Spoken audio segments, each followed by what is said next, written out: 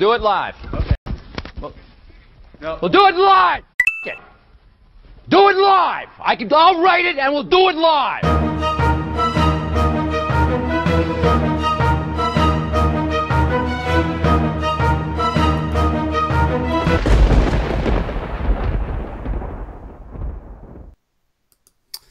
What is up, everybody, and welcome to another episode of Nintendo Talk Live. I am Bobby, the Nintendo Guru, joined by this lovely Brit, Paul Lloyd. What's up, Paul? You are too kind. Thank you very much, Bobby. I know I'm too kind. Anytime, first off, let me just let you know, anytime I'm talking to a Brit, I'm on the defense already. All right, I work with Toby every week. And he puts me on guard with British people. So I'm always at a standstill. I've gone for the stereotype. I've got my cup of tea. Trust me, there's a lot of stereotypes I can hit you with on this one. Believe me, I deal with a bunch of them on a weekly basis. Speaking of Brits, there's my boy Joey Splats just showed up in the chat room. Although I do this thing to Joey, I started calling Joey a Frenchman.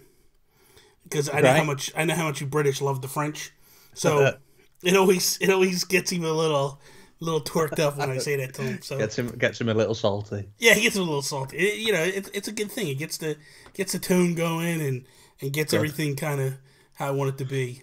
So it leads to a good conversation. So, man, it's the first time we've actually ever talked. I don't think we've really we've spoke quite a lot on Twitter, but we've never really spoke face to face as such, have we? Yeah. Everyone talks on Twitter, and then you never sort of get a chance, do you? Really? Yeah, we've been trying to do this for a while now, and kind of like two ships passing in the night. You know what I mean? Yeah, definitely, especially for me because it's 1 a.m. at the moment. You're like got me up late. No! Wait, stop! I asked what you were doing on the weekends. You're like, hey man, because let's be fair. I normally stream around this time, and that one night, man, all these people started showing up, and they're like, hey, Paul Lloyd sent us over here. I'm like, the hell is Paul Lloyd doing up this time of night, man? And then boom, here comes Paul. He jumps in the chat. I'm like, okay, I guess Paul Lloyd's awake, and It's weird because I'm British. I've got quite a big British following on YouTube. With Mario and things like that. But I was looking at the analytics, and 43% of my followers are from America, from the States. And it's weird. And it comes from, if I stream in the morning, after a night shift, I come home and then I do a bit of streaming. And it's people who are up really late, say like your time at 1 a.m. Yeah. And it's crazy, right? Yeah. When I stream at different times through the day, you get a completely different groups of people. It's weird. Joey Splat said, Paul, you sound like you're from the Midlands, are you?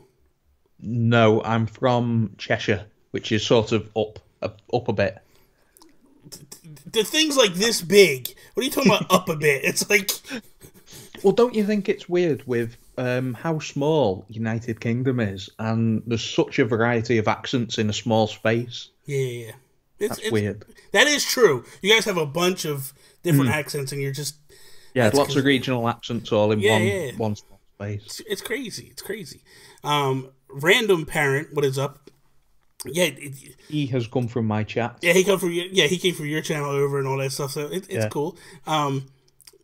Twin Game Reviews. Hey, I think I've been to a few Paul Lloyd Super Mario Maker streams, he said. Awesome. I'm going to bastardize this big time. Joey said, oh my god, I'm from Cheshire, from Congleton, yeah. Congleton. Go to university at Chester. That's what he just said. Right, okay, cool. That's near me. All right, Joey, nobody cares about you. All right, stop taking over the chat, Joey. This is ridiculous. So, here's the thing. Real quick, let everybody know, who you are, what you do, all that good stuff, how they can find you and all that good stuff. Yeah, so I'm mainly active on Twitter, Paul Lloyd 10. I don't really have a separate gaming related Twitter, so it's basically a little bit about my life, a little bit about gaming, a little bit about work, just a wide variety of everything on there, really.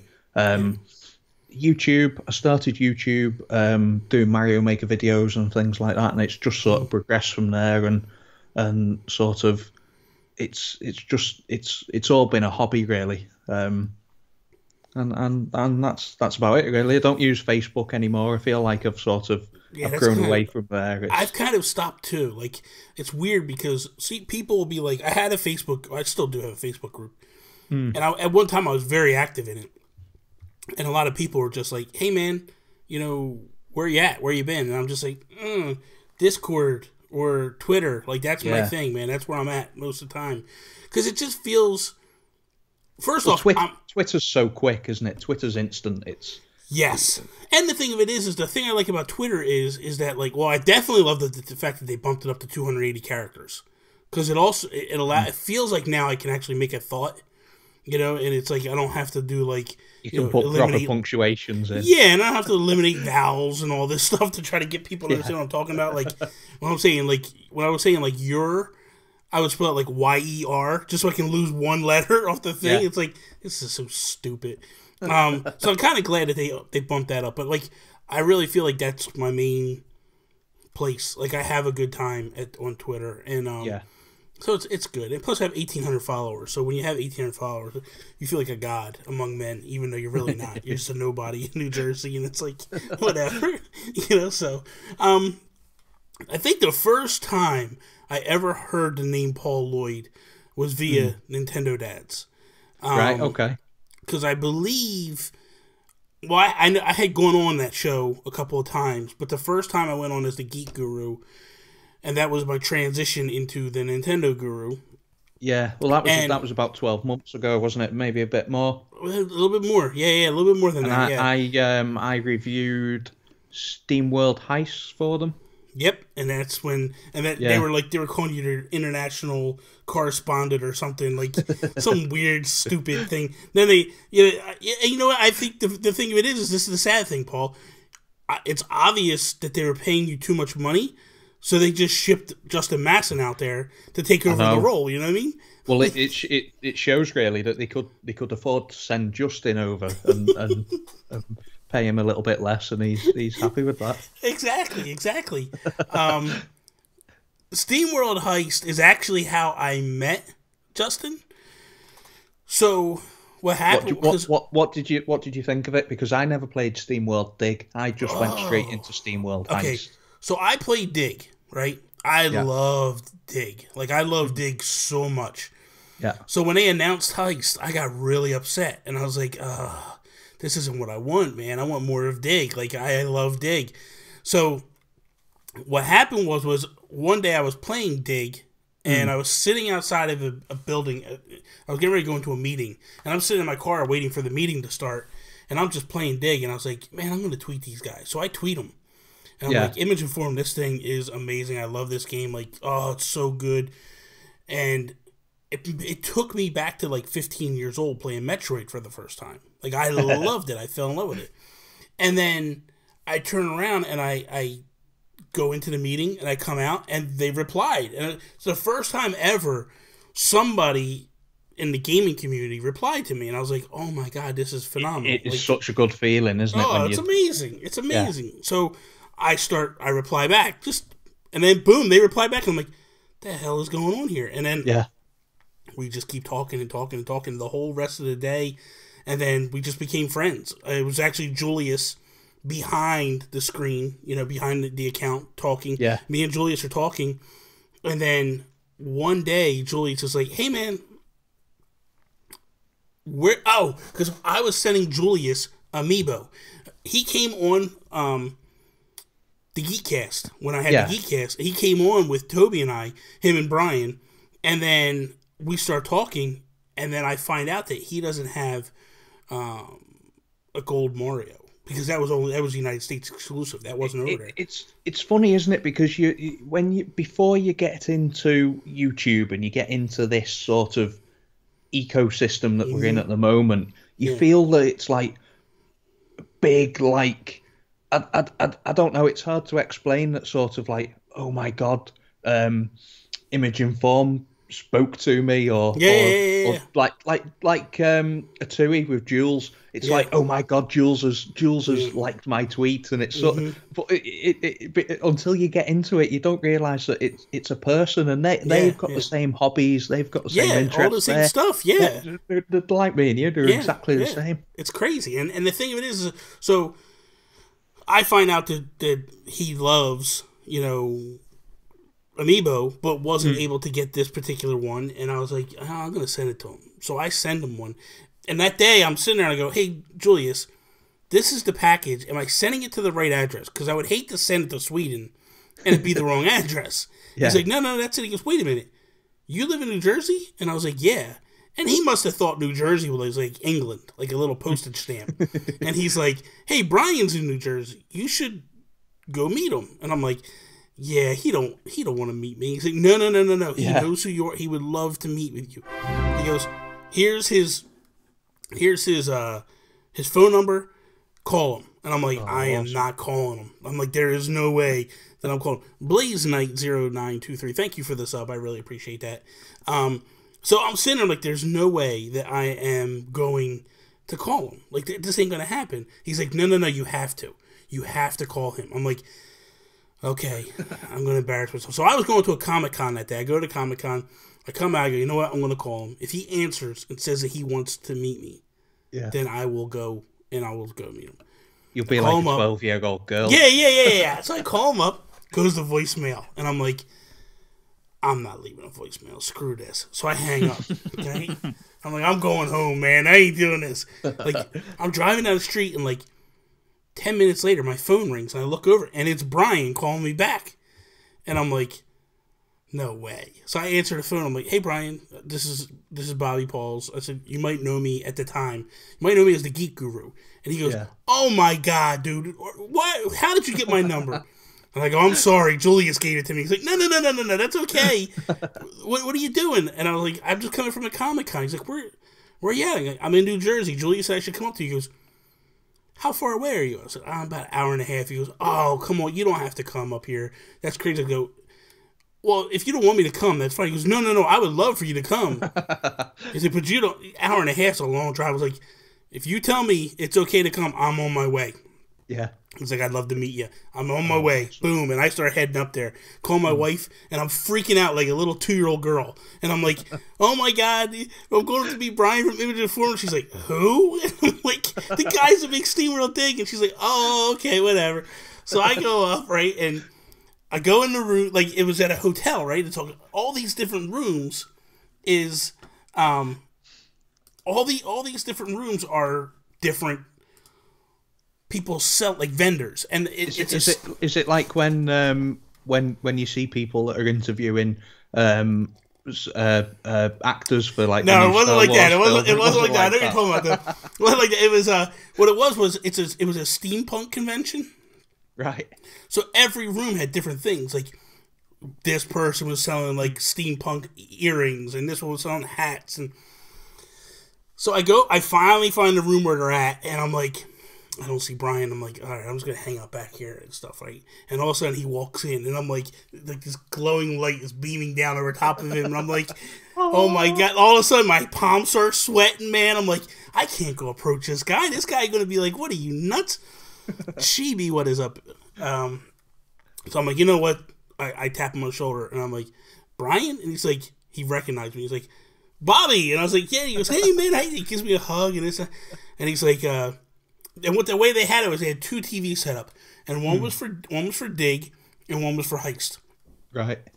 And we start talking for a few minutes, and he goes, hey, man, do you want to check out Heist? And I was like, yeah, absolutely. And he's like, come with me. And there was a couple of kids on there playing, and he goes, guys, you guys have been here for a little bit. Do you mind if can you guys step away? I got to show this guy. I'm like, this is insane. And I sit down with him, dude, and he starts explaining the game to me and showing me. He's like, I'm going to go get something to drink. I'll be back in like 5 minutes.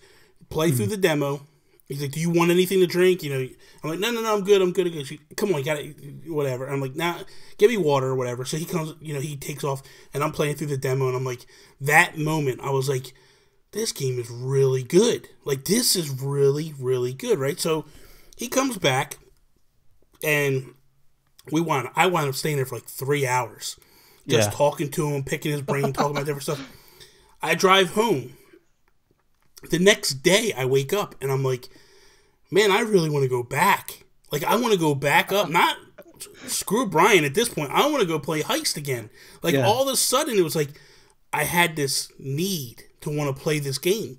So, anyway, this is a huge, long story. I'm sorry. So, we go and I turn around, and I wind up getting, they started running these contests.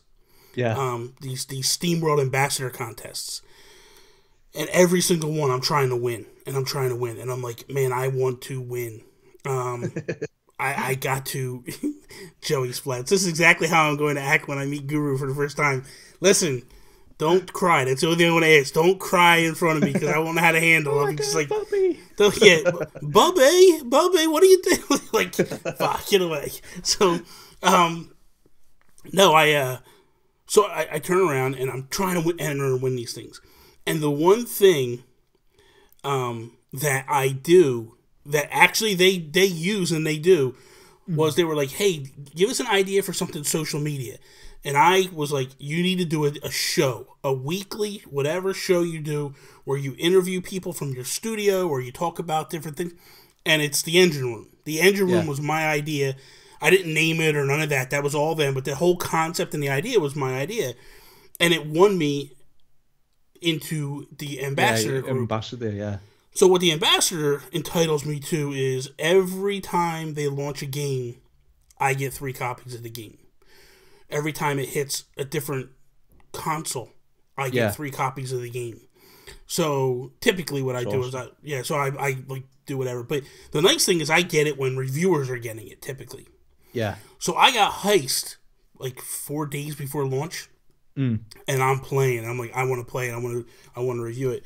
Dude, I really loved Heist. Like, so much. And I didn't think I would at first. I was like, I don't want nothing to do with this game. The one thing I found, I wouldn't say bad, but the one thing that didn't work is... Listen, be careful what you're about to say here, Paul. I don't speak blasphemy against Steam Image and Form or SteamWorld Heist. Okay, I'll word it a different way. It would have been even better. It can't get any better. Come on. If it was on a portable, if it was on the Switch. I know that we say that about a lot of games, but when I was playing it on the Wii U gamepad, I found that I want to take it with me more so than other games. I felt that I wanted to sort of play it in short bursts. So my thing was this: I played Heist on the 3DS. That was the first place I played it. So I thought it was perfect. Yeah, you had the map for the 3DS. For the 3DS, perfect. Yeah. Then I played it on the PS4, right? And what I didn't like about the PS4 was I loved the graphics. I thought it was beautiful in HD. What I didn't love was there was no map on it. Meaning the map was actually, you had to like hit pause or something to flip to the map screen. And then for me, the Wii U, what I loved about the Wii U was it was kind of felt like it was the best of both worlds. Yeah, it was in between the two, wasn't it? Yeah, I got my HD graphics, but I also got my map in my hand, and it just felt good. I loved it. So if that game comes to the Switch, I'll be very happy because I love that game. Like, that game is really, really awesome. Like, I think they did a hell of a job with it. And I loved the Wii U version. I love the 3DS version probably a little bit more because, like you said, I could take it on the go and do what I wanted to do and all that stuff. Spart V, what is up, man? How you doing tonight? So my thing is that I think, if I'm not mistaken, I can't remember if I gave it a 9.5 out of 10 at the time. Like, I really reviewed it really high. I thought it was a really good game. But here, how did you like Dig 2? I've not played it yet. Are you kidding me? What? Is this where it ends now? What is wrong with you? Stop playing Mario Maker and start playing that, man. What are you doing with your life? Good God, you disappoint me. You really do. I can't. Okay, so Twin World game. I have played the DLC. The thing that I loved about the DLC was they took additional maps and just dropped them into the game. Right. So it was just really, really a lot of fun, like the way it flowed and stuff. And then also they added Fen, the character, which, you know, was really nice to how it handled. I personally loved Dig 2. I thought Dig 2 was just so good. They seem to, like, indie developers, they seem to have more passion. I don't know if it just comes through that way, whereas because they're smaller, you get to interact with the people more, whereas like Nintendo, Sega, Rockstar, whatever, it's more of a corporate opinion, isn't it, rather than a personal opinion. Like Zoink Games, they're another one. They're really good on social media. Amazing. I can't get enough of Zoink Games. Everything that they do, the whole art style. As soon as you only need to see a screenshot and you know that it's Zoink. Oh, absolutely. Handful of Bits. What's up, man? Thank you. I'm glad you like the layout. Charlie. Welcome to the chat, Charlie. And what was I going to say? Oh, Matt Knight, how you doing? What's up, my man? Yes, so Stick It to the Man comes out in 2 weeks. Yeah, that comes out soon. Games. I can't wait for that one. I love that game. That game's really good. But there's kind of quasi in the world of Flippin' Death, which would be awesome. Yeah. So that'd be really cool. Josh Stapleton in the house. What is up? So the thing that I love about Zoink Games is, I'm not going to go into the whole story, but they wound up sending me like rotten fish here to the United States. So go on the Geek Guru channel. I got to bring that over to the Nintendo Guru because it's so good. But I curse in it and stuff. That's the problem. That's the main reason I don't. But they sent me Strominer, whatever. Was it intended as rotten fish, or did it just take that long in the post? No. It's a delicacy in Sweden. It's called Stromning, something like that. Like it's okay. It's legit trash. It's legit trash. I had no clue. I thought they were sending me a T-shirt, dude. I really did, because I'm talking to Barry Dunn, Barry Dunn is getting a package in the mail at the same time. Yeah. And I'm thinking, and Barry's like, oh, I'm getting like artwork from Klaus, and I'm getting a T-shirt. And I'm like, oh, they must be sending me a T-shirt too. Like, come on. If they're sending Barry Dunn a T-shirt, they gotta be sending me one. You know what I mean? No, they sent me rotten fish, and I'm like, what? Dude, I'm telling you right now, dude. I cracked the can, and the smell of death just comes up out of that can. You think I'm lying? I'm dead serious. Like, I'm not being humorous for the like. It was the most awful rank smell. Is there a video of you actually? Did you actually taste it? I started dry heaving, dude. I couldn't even get it to my mouth.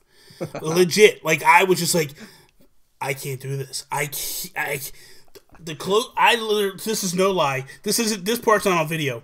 I'm out front. It's snowing, right? I'm out front. I open the can and I see eyeballs. Oh. And I start dry heaving. And I'm like, I can't. I just took the can and threw it in the trash. I'm like, I can't do it. They're offering me, they said if I ate a piece, that they would give me a physical copy of Zombie Vikings. Ain't worth it. That game is, I played that game. That game is not that good. It's a phenomenal game. That game is not worth putting that garbage in my mouth. Wasn't going to happen. I love Klaus. I love Zoink Games. I love Zombie Vikings. That game is not worth it. Nothing is worth it. $1 million, I'll think about it. Probably wouldn't do it. I probably would do it for $1 million. But it's bad, man. It is, putrid. Patrick, Nintendo Talk, what is up, buddy? How are you doing? So yeah. Pokemon Sun and Moon, Ultra Sun and Ultra Moon come out soon, don't they, as well? Why are you bringing up that trash? You think you're going to be picking them up? I'm not picking that up. No, I'm going to piss a lot of people off in the chat. I know about that comment. No, I'm not a huge Pokemon fan. I did play Sun and Moon a little bit. I will Sun a little bit. Yeah, where I will get into it, and I've made some promises to people, is when it hits the Switch, I'll buy it and I'll play it and give it an honest college try and see if I could tolerate it. If they stop putting games on the Switch, I could find time to play stuff. That's my problem right now. I knew the minute I said something about Pokemon, Chibi would get all upset. Chibi, I love you. Don't. Paul made me say all this. This is all scripted. This is not true. This is not how I feel, Chibi. You know this. I'm influencing Bobby. Now so for me, like, I'll give it a shot on Switch when it comes out. What do you think the new game's going to be like on the Switch then? I said this before. Teased. So I think what they're doing is this. I think this is what'll happen. The one that'll come out next year that'll hit the Switch will kind of be similar to what we currently get. I think the one after that will be the big one. Yeah. You know, the one that's true, like what a new aged Pokemon so maybe the next one will be like a Sun and Moon 2.0. Something like that. Like, it'll be that art style, all that stuff. Yeah. I think like a top-down 2.5D. Yes, exactly. Somebody just tipped me. What is going on here? Lee Kingsley, what is up, man? Thank you so much for the money. I appreciate that so much. $1.50. And that's Charlie Hannabits. Yeah. Yeah. Charlie. Lee. That's why he gave me money, because he just wanted to hear me say his name again. That's all. He wanted to hear that Charlie. That wasn't Chibi. That was money. That one. The other one that's just, somebody subscribing. It's startled. It's kind of weird. I don't know if you heard it. It's weird. No, it's kind of like I didn't hear it. Quasi-sexual. It's a little weird sound, man. But it's loud in my ears. I'm like, what the heck is going on, man? I'm like, where's that coming from? Damn you, Paul. Yeah, I got to tell you something, man. What is your obsession with male genitalia? As I was saying before, let me tell you something. Typically, when I do the promo art, right, or the thing that I tweet out, I go through people's Twitter stuff, and I'm like, dude, this guy. I'm like, all I see is penises and balls. Like, what is going on here? It's all for Adam Leonard. He loves it. Loves every single. Adam Leonard that explains a lot. Honestly, that explains a whole hell of a lot. As I was saying before, I use my Twitter for absolutely everything, and sometimes it gets a bit adult. So sometimes there's a lot of adult in there, man. Mainly. There's a lot. Now, that's the trouble with streaming Mario Maker, because it pulls in a quite a young audience. It's it's people younger than 20, 10, early teens, and then they hop over to your Twitter and they see a girl with playing the DJ decks and stuff, and I'm like, oh, that was safe. That was I'm safe. Like, Paul, what is going on over here, man? I'm like, what, Paul? What is up there here? Did you see the puppets? I've seen a lot of stuff. The guys with the puppets. I've seen a lot of stuff. I've seen a lot of stuff. I do not recommend it at all. It took a while to find a nice photo of me smiling. I'm sure it did. Oh my god. Anyway, so you play a lot of Mario Maker. Yes. That's the one thing that a lot of people have said about you and that I've noticed. My question to you is, so you got to be a fan of Mario to some degree to have to do. Do you really like Mario Maker that much? Well, when I started out, Mario Maker lends itself really well to making videos, to playing someone's level, recording what you do. It's really easy to make a good video from Mario Maker. Yeah. And I don't know, I enjoy it. As I've said before, I always I look at YouTube as a hobby. I look at it as a way to sort of like my personal time to enjoy myself, and if that makes somebody else happy as well, then I've done my job and it's fulfilled my aim with YouTube, sort of thing. But I enjoy playing the platform levels. I enjoy playing the puzzles. I like the one screen puzzles mainly. That's what I mainly do and mainly into, and it's the way that sort of all the different mechanics can work and break the game basically. With that said, though, I don't think we'll get a Mario Maker 2. I'm not one of these that are sort of we've got to get a Mario Maker 2. I don't think it's not going to happen soon. Yeah. And I don't. Part of me thinks it's not even going to hit the Switch. No, people are like, it's got to be there. I don't think we need one. No, because it was a phase where everyone who's played it casually has made the levels, have made the bad levels, have discovered that they can't make levels, or they're not good at making levels, and they're not fun, and all that sort of stuff. And then a lot of people aren't good at making levels. A lot of people. No. Yeah. And that's past that. Yeah. And it's a phase that sort of I don't know. I can't see it happening next year or the year after. Maybe in 3 or 4 years' time. Maybe on the next maybe on the next console, because he brought it out for 3DS as well, didn't he? So and that was just bad. That whole setup was bad. The only way that I would give it another shot, is if they did do it on the Switch, and if they reconciled the ability to find stuff, find levels. Now, because I'm assuming that you've not played Mario Maker for 12 months or more. Yeah, it's been a while. Yeah. Now, you're right. There's a whole fan website.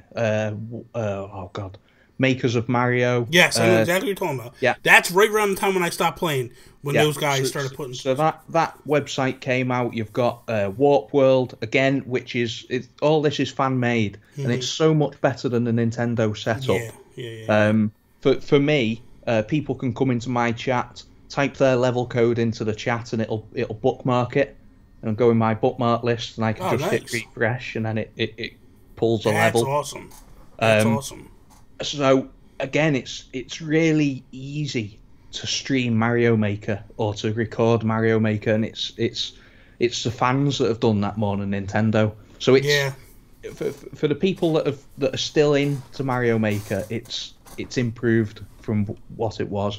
There's still a lot of bad levels, but the levels that are there now are a lot better than they were 12 months ago.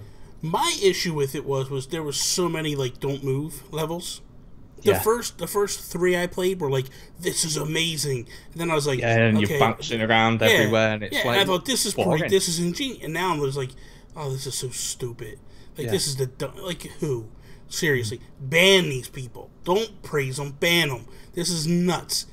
But it's more. Them sort of levels are more of a showcase of the person's patience making the level, isn't it? More than anything else. Yeah, and see, my thing was the way I played it was I loved building levels. I loved making levels, and I feel like my levels were pretty solid.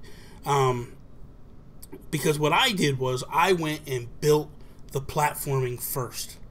Then I went back and added the enemies, and then would play through. And then what I would do is I would hand it to my wife and say, "Hey, play this for me." And I would see where she struggled, where she, was pretty simple. Didn't understand where to go, or well. And the thing of it is sometimes you would look at it and go, "Oh, I didn't intend for somebody to go that way. Look how she went that way. Okay, I need to figure something out to maybe stop them, because maybe I'm trying to redirect them down low." And she figured out a way to go high. When you make a level, you're only thinking how to beat that level the way that you want. Yes. You don't understand. And segueing onto Mario Odyssey, I'm guessing that we'll talk about that. But the level design is from Nintendo. Yeah. People who have got Mario Maker have only been designing levels since Mario Maker came out. Yeah. That was the trouble with Mario Maker. Yeah. And so for me, it was make the levels fun first, and then just make them a little bit more difficult. And that was the way I looked at it. Because Toby and I were going to do this series one time where he would make a level and I would make a level.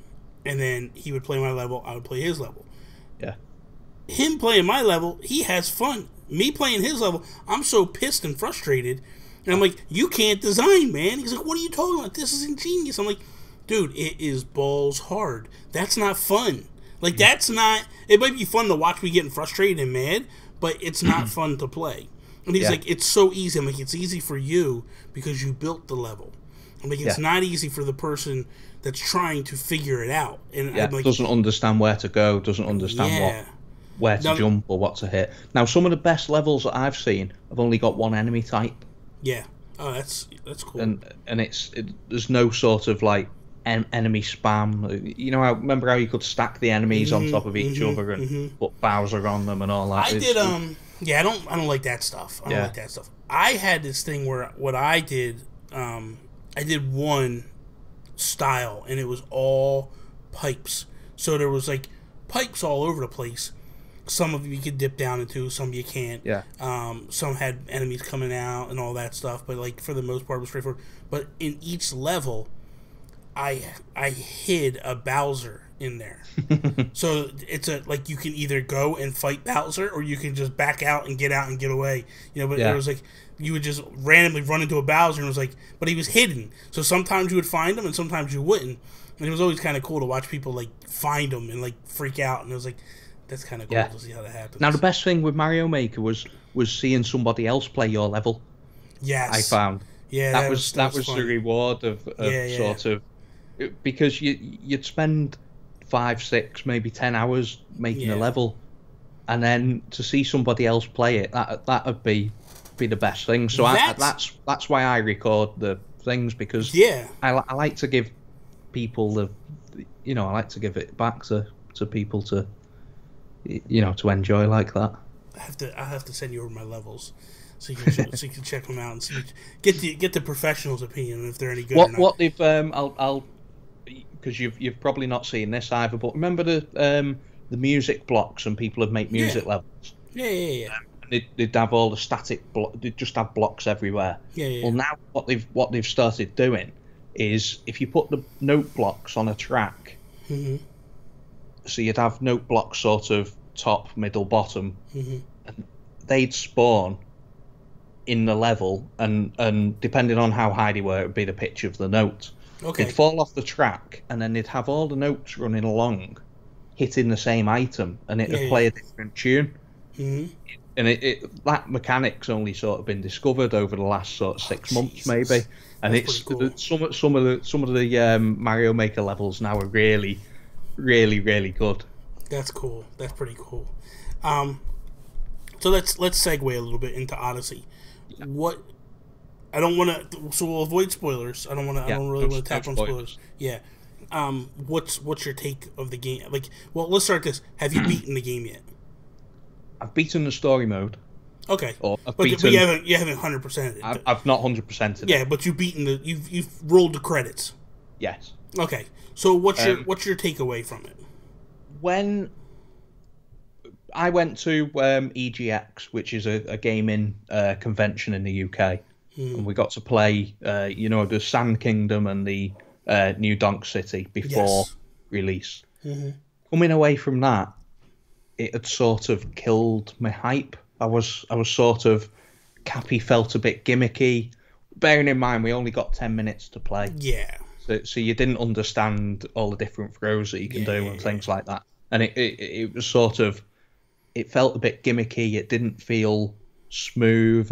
But that was because you didn't know the controls. You didn't know the level. You didn't have a context for the Cappy. You didn't have context for the story. Yes. So that sort of put me on a bit of a downer. Now, playing it, as soon as I started it, it was like my hype or my excitement was building, and then I reached a point in New Donk City. You know the I know exactly what you're talking about. I know exactly what you're talking about. And I was playing it on stream, and a lot of people joined because they knew where I was up to and what would be happening. Yeah. And it just I got overwhelmed with it, and it was me too, man. It was amazing. It was really, really good. It's funny because I was streaming at the same time too. Yeah, I was streaming at the same time, not at the same time as you, but like I was streaming that section. Yeah. And I just turned to the camera like, guys, look at the smile on my face right now. Yeah. This is amazing, man. Yeah.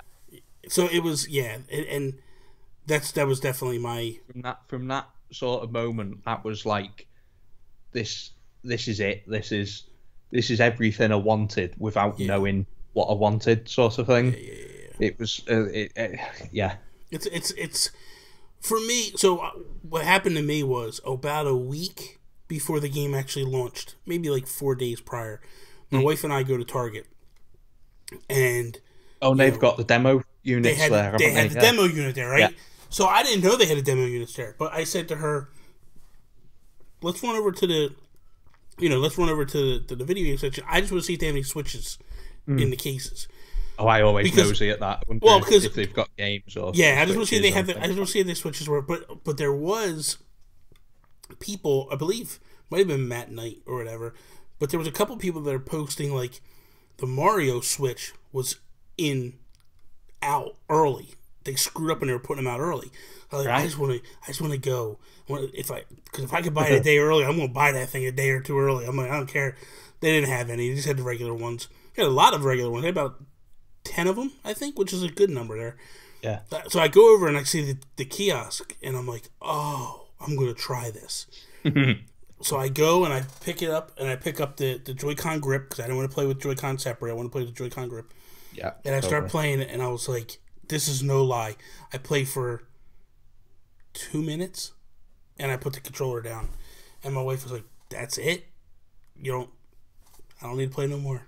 I want this game so badly now. I can't even see it. I was like, it's Mario. I don't need to know anything more. Like, it felt like Mario, just in an open world capacity to some degree. You know what I mean? Because I was playing the Sand Kingdom. Yeah. And it was like, so that gives you that open world vibe to it. You know what I mean? You can run wherever you want to run, all that. And I was like, I'm in. I'm sold. I don't need to see no more. I don't need to know no more. This is it. I want it. Well, that's the thing. Knowing that there's a 3D Mario game coming out for the Switch, you didn't need to see any trailers. You didn't need to play any gameplay. You were going to buy it. I feel everyone like that owns a Switch is going to buy Mario. Yeah, game. I feel like Nintendo just shows too much anymore. Like by the time Breath of the Wild hit, they show, and the sad part was, honestly, that trailer that they showed at the Switch reveal, most amazing trailer I've ever seen for a video game, right? Yeah. They showed like 90% of the cutscenes in that trailer. And it was like, why? Why would you do this? This makes no sense to me. Like, I don't get it. I don't understand why they just showed so much. It's like, guys, you want to show stuff. Like, this is the stuff you should be doing with Xenoblade Chronicles. They're trying to sell a game that's already been sold to. You don't need to sell. Listen, they sold that Breath of the Wild game at that first E3 reveal when it looks like a painting's behind Enuma, and all of a sudden it comes to life, and then boom, here comes, when Link pops up and that bow.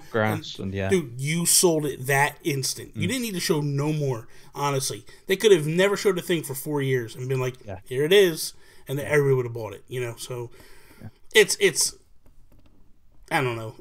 But the Zelda is so massive. I remember I was playing Zelda, and I was playing on the Great Plateau, and I thought, like, this thing is huge. How far have you got? With Zelda? Oh, I beat Zelda. I got all the shrines. I haven't done the Master Trials. I did the first level of the Master Trials. I gotta go back and do the second two. Right. I do want to go back now and do the Xenoblade Chronicles the new DLC that just popped.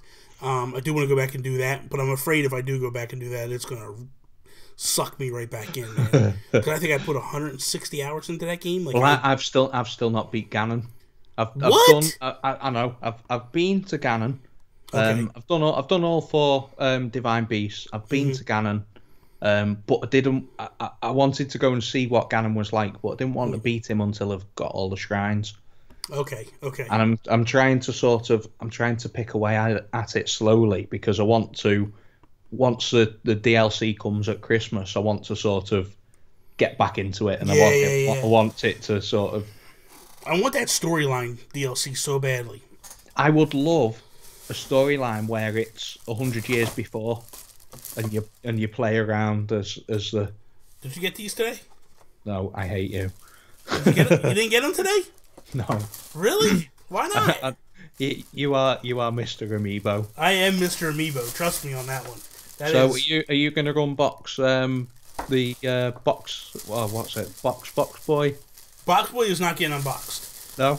No, and the reason is that live on stream.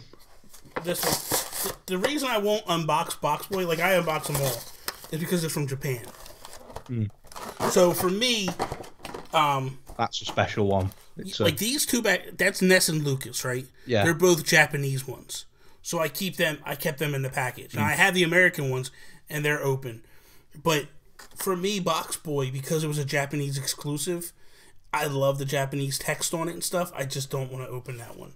But it's not as if you can just go to the shop and go and buy another one. No, exactly. It ain't like I can go pick this bad. But he is amazing. Like he is so well done, man. Holy crap! They've come on a long way since the first generation. Right? Yeah. Oh my god, dude! That looks like the sword that like the Lionels use. Yeah. Oh, it's such. Actually, you know what that is? That's the Goron sword, the Boulder Basher. Dude, he is so amazing. These things are Rivali, man. Rivali's. Okay, so let me ask you a question. What was the first beast you took down? I open my amiibo. Don't mind me.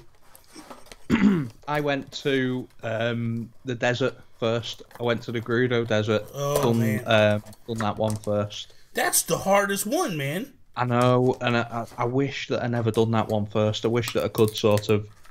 But here's the thing with Zelda. Everyone who talked about Zelda had a different story.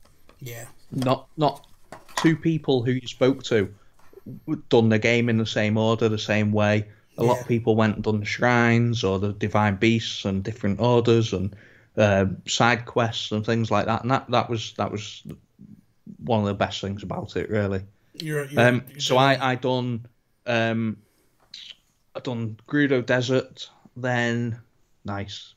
The Rivali. I'm basically showing it to the stream. I don't care if you can see it, Paul. This isn't for you. I'm showing it to the people, man. No, I'm just kidding. This isn't a private show for you, Paul. That comes later. You and your penis shots and stuff? No, not happening. Can I just clarify they're not of me. They're not mine. They're not your. Yeah, that would be really. That was a nice one. So after the desert, I went and done the Zora, then Rivali's Gale, and then the Gerudo last. I did Rivali's Gale first. Right. And I felt like it made the game so much easier after I did that one. Yeah, because you could just swoop up and jump up. So when I was hitting the towers that were really hard to get to, it was a no-brainer for me. I was banging them out. There you go. It's the final one. I don't understand the stand. The pole. Like, why? Why? Like, it doesn't need it. Like, and I'm over here looking up under the skirt to see, like, why? Why would you put that there? Like, that is... family-friendly, my butt, Nintendo. I don't know what Reggie's thinking over there. But, so... let's see. We got 10 minutes to go here before we gotta shut it down. And the only reason I'm making a hard stop is I have a podcast to record at 9 o'clock with the guys from Planet Nintendo, and not only that, like, dude, it's late as hell for you. Like, this is 2 a.m. Yeah, I've got to go to work in the morning. I've got to be up at 5:30. What is wrong with you? Why are you even here, man? Because we enjoy it and we love it, and we're geeks, aren't we? And my god, you're sick. You're sick in the head, man. That's the problem. So I was listening to your when you done the Q&A a couple of weeks ago. Days. How long ago was that now? A week, maybe a bit more. About a week. Last weekend. It was actually last Friday. Yeah. And I asked you some questions about why did you start YouTube? What were your goals and all that sort of stuff? And listening to your answers, it hit me that I started YouTube without any goals. I didn't have any aims. I didn't have. I don't know. I wish that I could sort of go back and have like a 12-month plan, or like you said. You still can. You can start now, Paul.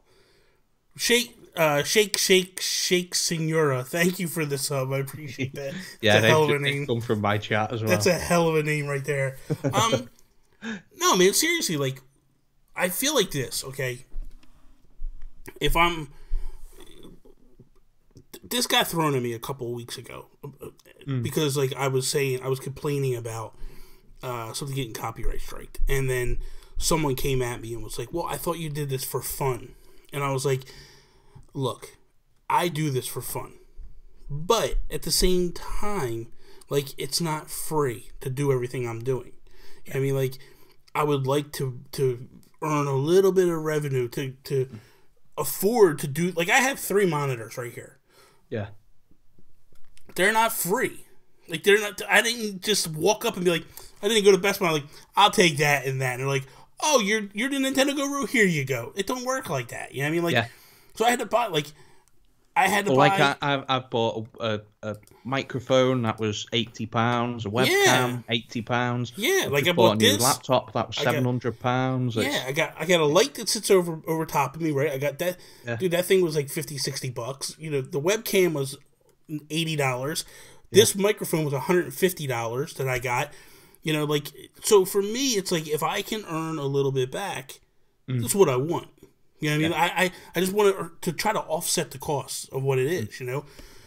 If I get to the point where, like, hey, if I can pay my internet bill, that's because I'm streaming, I'm doing stuff. Like, ultimately, that's what so for me, it's like, if that's the case, right? If I look at it like that, I look at it and go, okay, I need to take it serious when I do it. You know what I mean? So I put time into what I'm doing, and I try to make it the best that I can. Because I go like this. I go, if I was sitting here and watching this, would I keep watching? If it was just 2 guys in a Skype call, and it was Paul takes up half the screen and Bobby takes up the other half of the screen, would I sit there and watch that? Maybe, but I might leave. Yeah. But when I go, hey, here's 2 guys that are sitting there, and they got this cool looking, you know, overlay going on, and like, hey, there's Twitter handle, like, it feels like something I would watch, like an IGN show or something like that. Like, I'm not comparing myself to them in any stretch of imagination. I know I'm not on that level, but when I look at it and go, if this guy's taking care of what he's doing, then does that make me, like, that makes me show interest in what he's doing. And that was what I never done when I started, because I was on a budget when I started, and everybody is. Everybody is. Yeah, definitely. I thought to myself, there's no point in spending a lot of money into this if I'm not going to enjoy it or not going to carry on.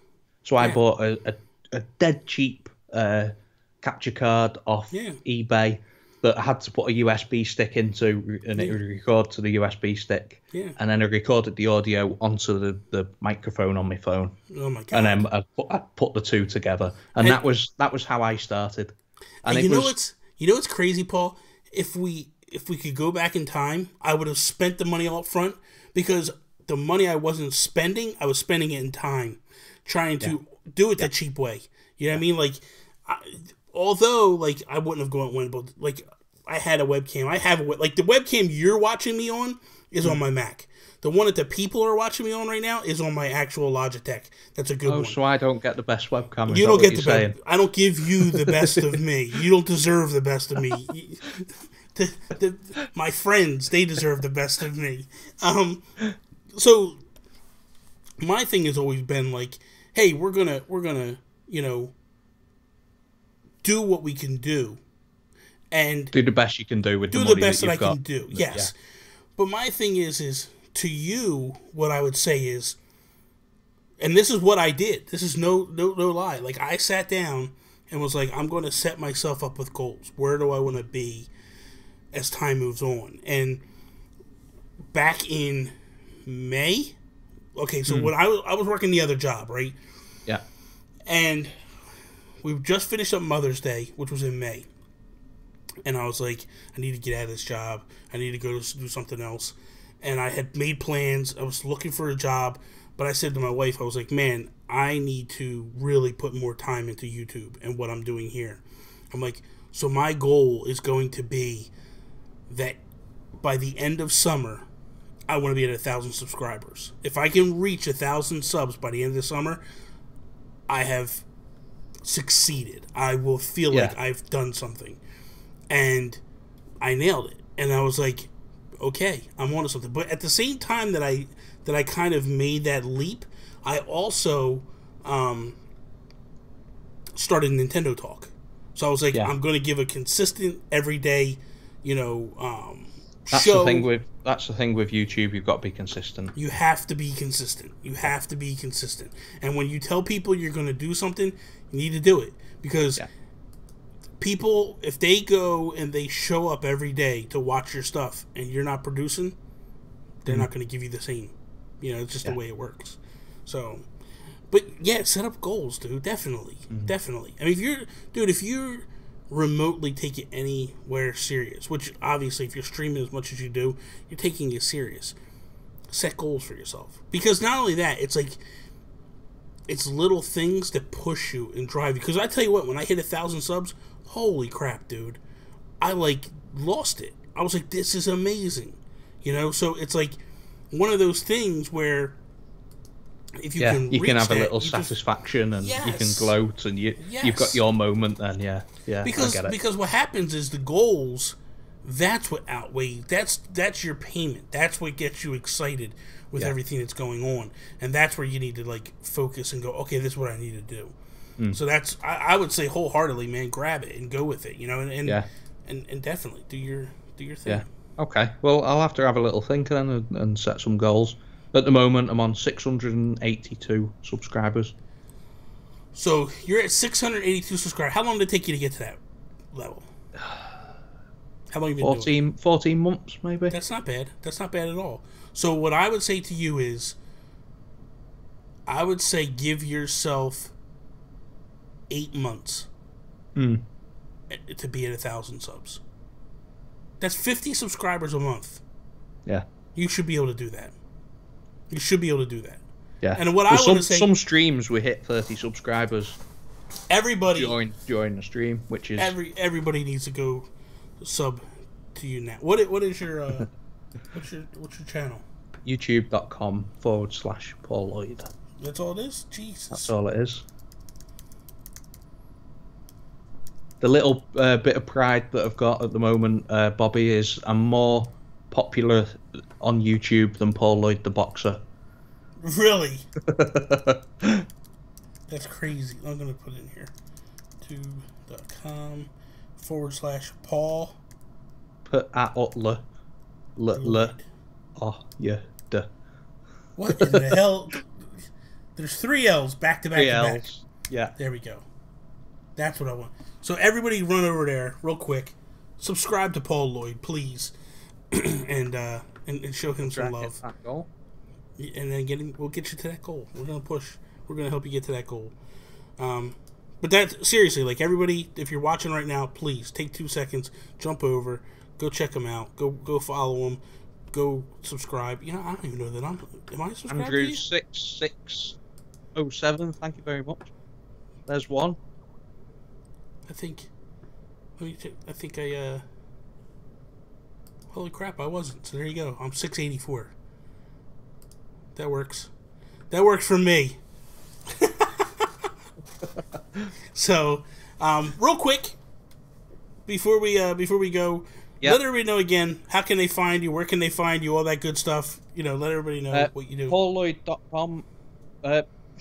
YouTube.com/Paul Lloyd. PaulLloyd.com.